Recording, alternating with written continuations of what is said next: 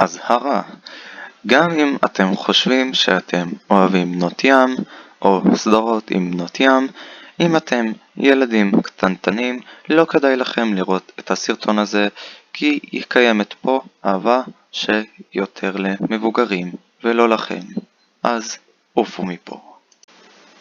כיצד בנות ים עושות ילדים?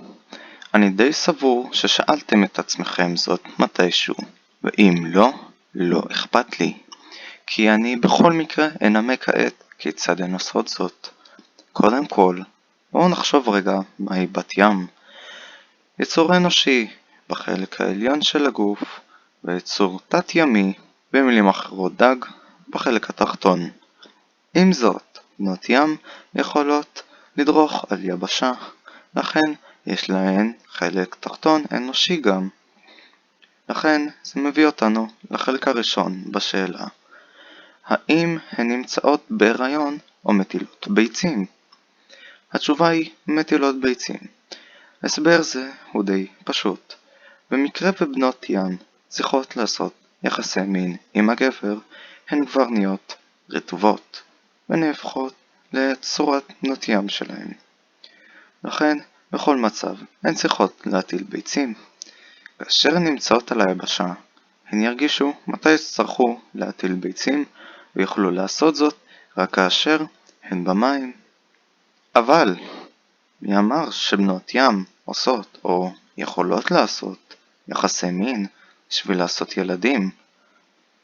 ההוכחה לכך שבנות ים אינן יכולות לקיים יחסי מין קיימת בתרגום העברי האמיתי של המילה בתולות ים. ייתכן כי יוצרי השפה העברית כבר חשבו על בעיה זאת ונתנו לנו את התשובה. ובכן, במקרה שהן מאוהבות בבן אנוש, הוא אינו יוכל להכניס את איבר מינו לאיפה שמשתין הדג.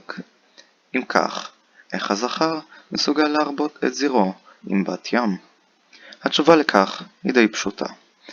אם בת ים ובן אנוש באמת אוהבים אחד את השני, על הזכר להתפלל לאקווה רג'ינה סמה, או יותר טוב, לאלה. האלה תשמע את בקשת הזכר ותבחן את אהבתו אל בת זוגו. אם היא מאשרת את האהבה, בת הים האהובה על ידי הזכר מקבלת ביצה להטיל, וכך נולדת בת ים חדשה בהמשך. אתם יכולים להגיד שאלוהים לא קיים, אך אני יכול גם להגיד שבנות ים לא קיימות, לכן אתם יכולים פשוט למצוץ לי. אני מקווה שהדרכתי אתכם נכון, כמו המדריך. אם אי פעם תפגשו בת ים, תדעו איך לפעול. אללה הוא תמיד התשובה.